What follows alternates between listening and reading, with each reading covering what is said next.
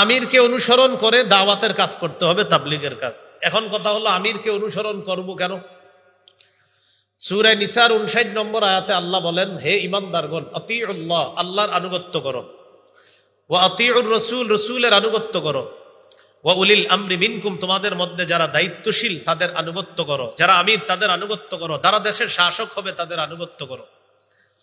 এখানে তিনটা আনুগত্যের কথা বলা হয়েছে, বা ইতাআত। মাশাআল্লাহ, ইতাআত এখন সবার কাছে পরিচিত শব্দ। এক নাম্বার, আল্লাহর আনুগত্য করতে হবে নিঃশর্তভাবে, কোনো শর্ত নাই।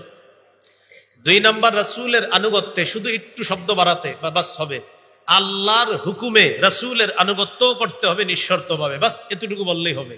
আল্লাহর হুকুমে নবীর আনুগত্য করতে হবে নিঃশর্তভাবে, প্রথমটা আল্লাহর আনুগত্য নিঃশর্তভাবে। দুই, রাসূলের আনুগত্য আল্লাহর হুকুমে নিঃশর্তভাবে। তিন, আমিরের আনুগত্য, শাসকের আনুগত্য নিঃশর্তভাবে করা যাবে না। কি করা যাবে না? নিঃশর্তভাবে করা যাবে না। আমিরের জবান দিয়ে যদি কোরআনের বিরুদ্ধে কথা বের হয়, হাদিসের বিরুদ্ধে কথা বের হয়, ওলামায়ে কেরামের ব্যাখ্যার বিপরীতে যদি কোনো কথা তার মুখ থেকে বের হয়, এই আমিরের কথা শোনা যাবে না, মানাও যাবে না। সহিহ মুসলিমের হাদিস 1838 নম্বর হাদিস। এই হাদিসের মধ্যে আসছে, রাসূলুল্লাহ সাল্লাল্লাহু আলাইহি ওয়াসাল্লাম বলেন, আস-সামউ ওয়াত তাআতু আলাল মারইল মুসলিমি ফীমা আহাব্বা ওয়া কারিহা মা লাম ইউমার বিমাসিয়া।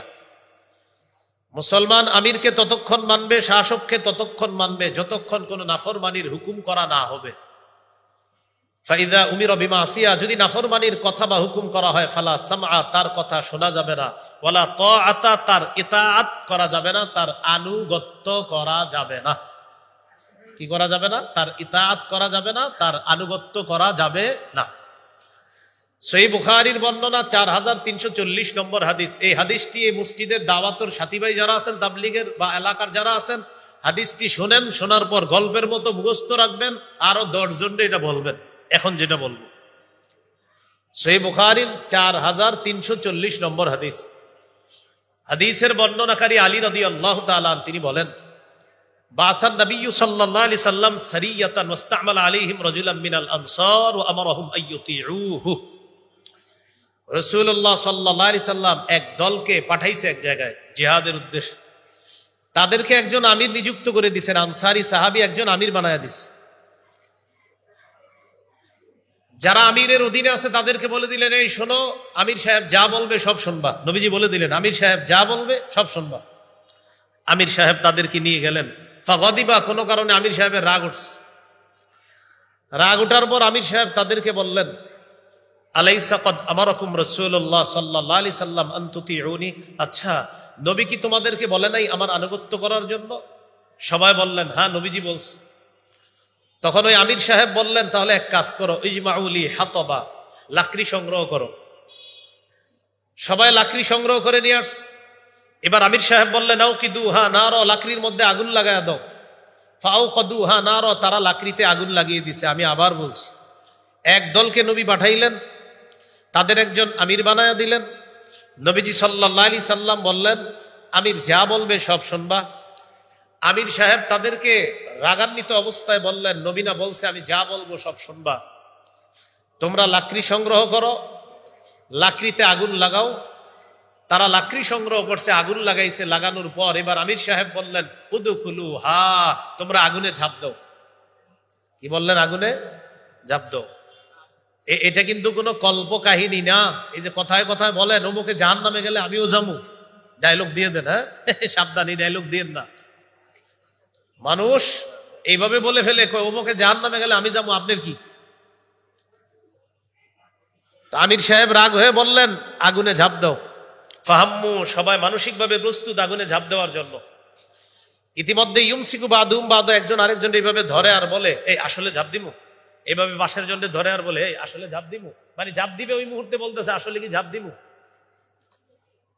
ফারারনা মিনান নার ইলা রাসূলিল্লাহ সাল্লাল্লাহু আলাইহি সাল্লাম। আরে আমরা তো আগুন থেকে বাঁচার জন্য নবীর কাছে আসলাম, সে আগুন থেকে বাঁচার জন্য নেই নবীর কাছে আইসা মুসলমান হইলাম। এই নবী আমিরের হুকুম মাইনা আগুনে ঝাঁপ দিতে বলবে, এটা কেমন জানি লাগতেছে বিষয়টা। এই করতে করতে হাত্তা খামাদাতিন নার, আগুন নিভে গেছে। বলেন আলহামদুলিল্লাহ। মানে কি দিবে না, দিবে কি দিবে না, এটা করতে করতে আগুন নিভে গেছে। ওয়া সাকানা গদবহু, আমির সাহেবের রাগও ঠান্ডা হয়ে গেছে। আলহামদুলিল্লাহ। শুধু আমাদের হজরত জিটটা 9-10 বছরেও ঠান্ডা হইল না, হইতে হইতে গিয়েও হয় না। কি ঠিক?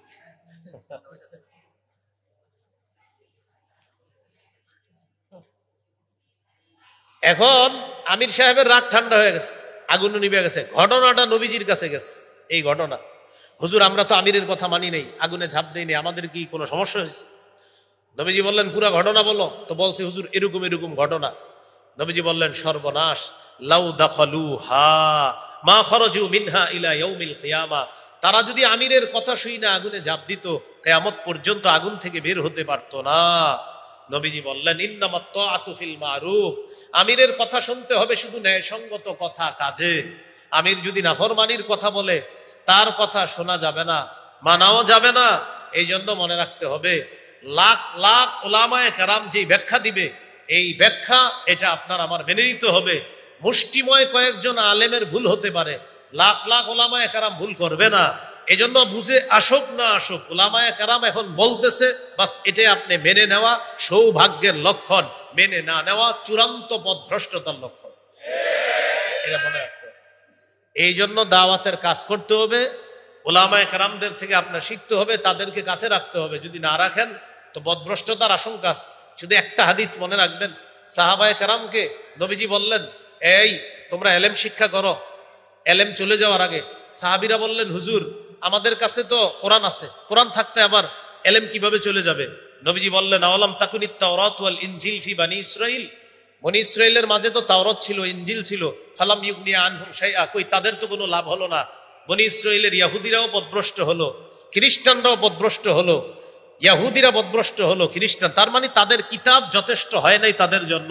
এখান থেকে বোঝা যায় কিতাব বুঝার জন্য উস্তাদ লাগবে। নবীজি হাদিসের শেষে বললেন, শোনো, এলেম চলে যাওয়া মানে আইয়াযহাবা হামালাতুহু, এলেমের বাহকগণ চলে যাওয়া, যেটা বুখারীর 100 নম্বর হাদিসে স্পষ্ট। নবীজি বলেছেন, ইন্নাল্লাহা লা ইয়াকবুজুল ইলমা ইনতিজাআন ইয়ানতাজিউহু মিনাল ইবাদ, আল্লাহ এইভাবে ছো মেরে এলেম ছিনিয়ে নেবেন এমনটা হবে না। ওয়ালাকিন ইয়াকবিজুল ইলমা বিকবজিল উলামা, আলেমদেরকে উঠায় নেওয়ার মাধ্যমে আল্লাহ তাআলা এলেম উঠিয়ে নেবেন। এখান থেকে বোঝা যায় আমি আপনি নিজে নিজে কোনো কিছু বুঝা এটা যথেষ্ট না। কোরআন হাদিস বুঝতে হলে কোরআন হাদিসের ধারক বাহকদের থেকে বুঝতে হবে। এটা হাদিস দ্বারা নবীজি বুঝিয়ে দিলেন। এই ঠিক কি মসজিদেও ঠিক না বাহিরে গেলেও ঠিক? একটা তো রেডিমেড ঠিক, মানে সবাই ঠিক বলছে জন্য আমিও ঠিক বলতেছি। তো বাইরে যাওয়ার পর চিন্তা করি, তোর আপনি কই লইব নাকি, আমি আগেরটাই, এরকম যেন না হয়। এই জন্য কথাগুলা আমরা মনে রাখবো। তাহলে দাওয়াতের কাজ এটা রাসূল সাল্লাল্লাহু আলাইহি সাল্লাম সহ আম্বিয়া কেরাম তারা করেছেন, এটা আমরাও করব। বাকি এটার নিয়ম আছে, এটার পদ্ধতি আছে, এটা সুশৃঙ্খল ভাবে করার নিয়ম কানুন আছে। দাওয়াত যে আমি দিব এই ব্যাপারে আমার যথেষ্ট জ্ঞান থাকতে হবে। এই জ্ঞান আমি কার থেকে শিখতে হবে? কোরআন সুন্নাহর বাহকদের থেকে শিখতে হবে। এই জন্য আল্লাহর আনুগত্য, রসুলের আনুগত্য আর আমিরের আনুগত্য, 3 আনুগত্যের পার্থক্য বুঝে শুনে আগামীতে যেন আমরা সঠিক পথে থাকতে পারি।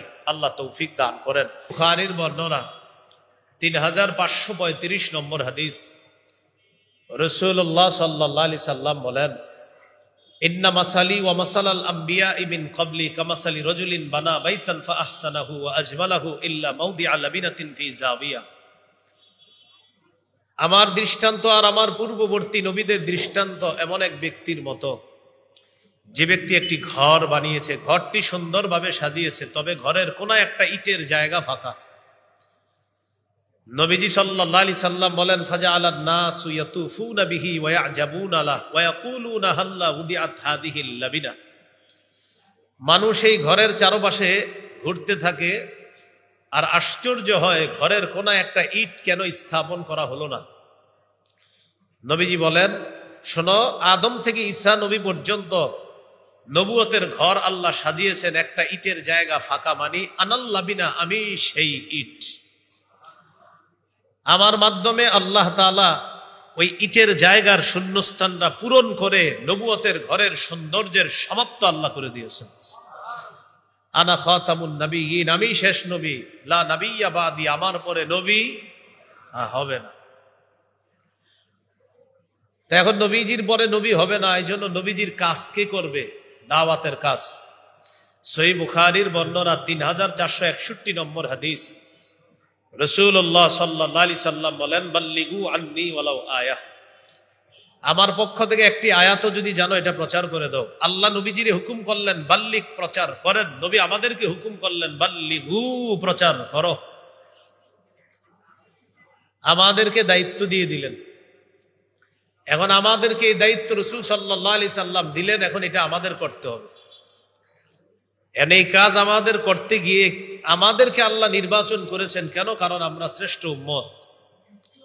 সূরা আলী ইমরানের 110 নম্বর আয়াতে আল্লাহ বলেন, কুনতুম খায়রা উম্মাতিন উখরিজাত লিন-নাস, তোমরাই শ্রেষ্ঠ উম্মত, তোমাদেরকে মানুষের কল্যাণের জন্য বের করা হয়েছে।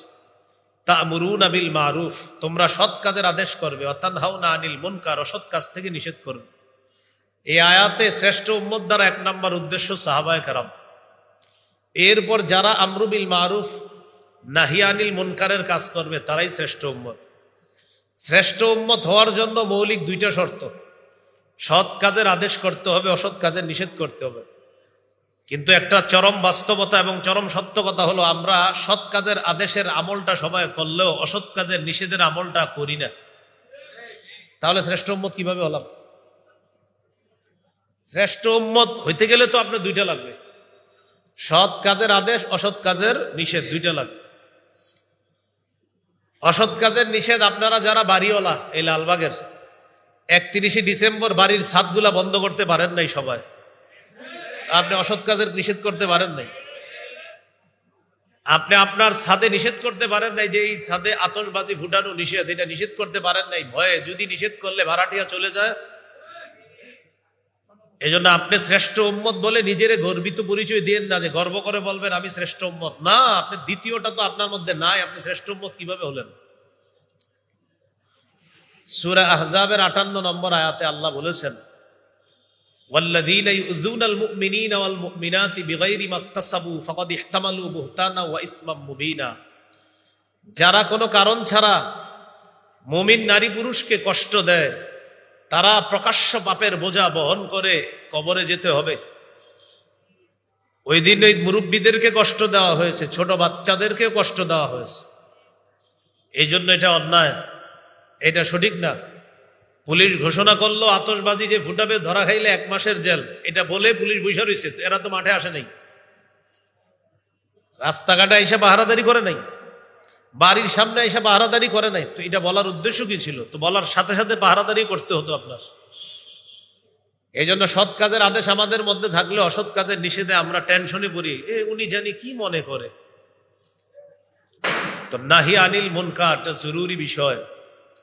রাসূলুল্লাহ সাল্লাল্লাহু আলাইহি সাল্লাম বলেন, মান রাআ মিনকুম মুনকারন, তোমাদের মধ্যে কেউ যখন কোনো অপছন্দনীয় কাজ দেখবে, ফালইগাইয়িরহু বিয়াদি, সে যেন তার হাত দ্বারা বাধা দেয়। ফাইল্লাম ইয়াস্তাতি ফাবিলিসানি, হাত দ্বারা না পারলে জবান দিয়ে বিরোধিতা করবে। ফাইল্লাম ইয়াস্তাতি ফাবিকলবিহি, জবান দিয়ে না পারলে অন্তর দিয়ে কি করবে? বলেন সবাই। এই শুধু একটু বললে হবে না, ঘৃণা করার পাশাপাশি পরিকল্পনা করবে। এই জন্য নবী কলব বলছে। মুফতি ফজলুল হক আমিনী রহমতুল্লাহ আলাই এই হাদিসের অনুবাদে এরকম অনুবাদ করেছেন। আমি বাংলাদেশে আর কারো মুখে এরকম অনুবাদ শুনি নাই, হজরতের মুখে অনুবাদটা শুনছি একমাত্র। আমি দাখিল পরীক্ষা দেওয়ার পরে লম্বা সময় কোনো কাম নাই, হুজুরের ক্লাসে গিয়ে পিছনে বসে থাকতাম। আমি ডাইরেক্ট ছাত্র না, তখন আমাদের এই হজরতরা বুখারী পড়তেন, ডাইরেক্ট ছাত্র, ওনাদের পিছনে গিয়ে আমি বসে থাকতাম, এটা ওনারাও জানে না।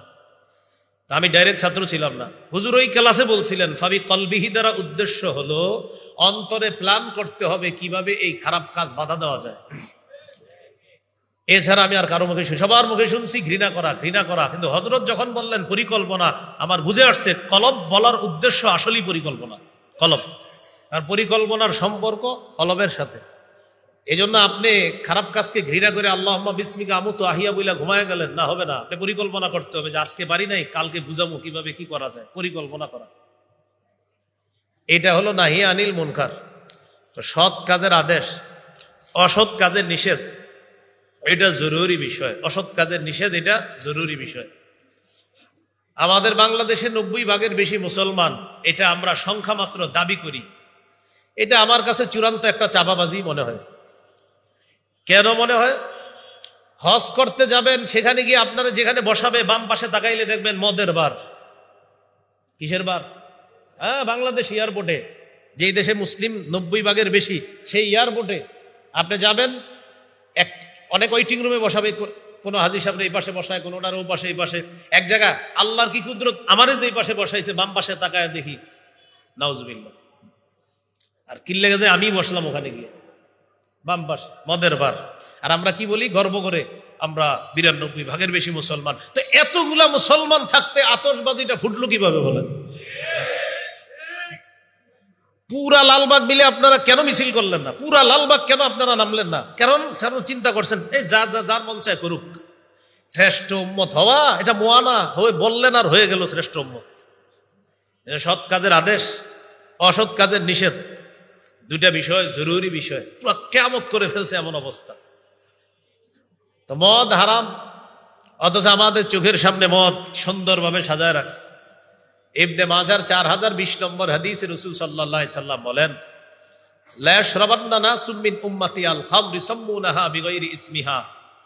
আমার উম্মতের একদল মদ পান করবে, নামটা পাল্টায়া দিবে, নাম দিবে বিয়ার, মাদক, নাম দিবে শ্যাম্পেন, মাদক, নাম দিবে কানাডা ড্রাই, মাদক, নাম দিবে মাস্তুদ, মাদক, নাম দিবে ইয়াবা, মাদক, নাম দিবে বাবা, মাদক, নাম দিবে গাঁজা, মাদক, নাম দিবে হিরোইন, মাদক, নাম দিবে ফেন্সিডিল, মাদক।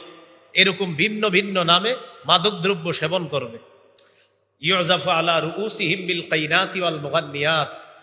তাদের মাথার উপরে গায়িকা নায়িকা নর্তকীরা নাচানাচি করবে, আর তারা তালে তালে মদ পান করবে।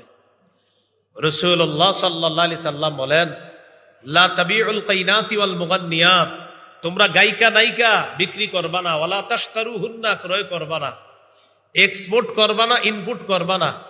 বাংলাদেশের নায়িকা গায়িকাদেরকে বিদেশে পাঠাবা না, বিদেশের কোন গায়ক গায়িকা এনে 3 কোটি টাকা দিবা না, এটা নবী নিষেধ করছে।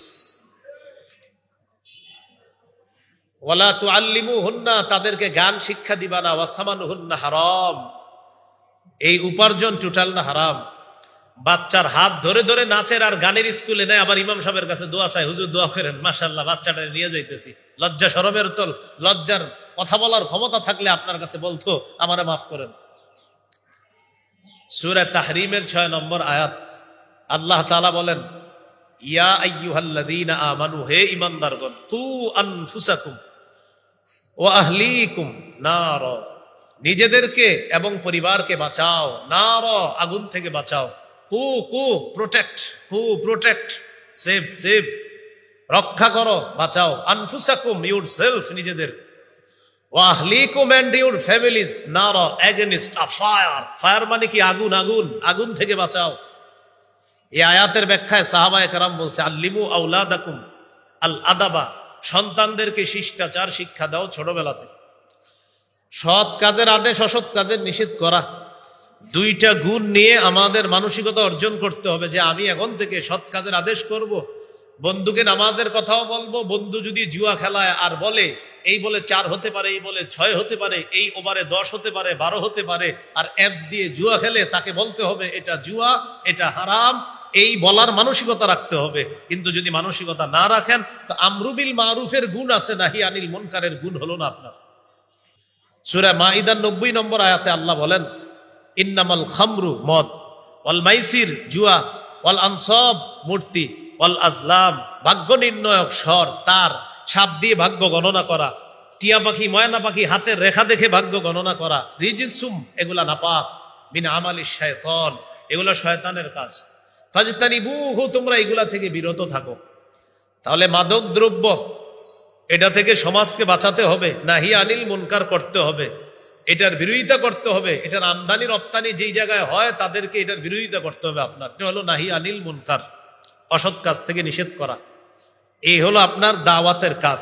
এটা আমাদেরকে রাসূল সাল্লাল্লাহু আলাইহি সাল্লাম, নবীজির পরে যেহেতু নবী হবে না, তাই জিম্মাদারি আমাদের।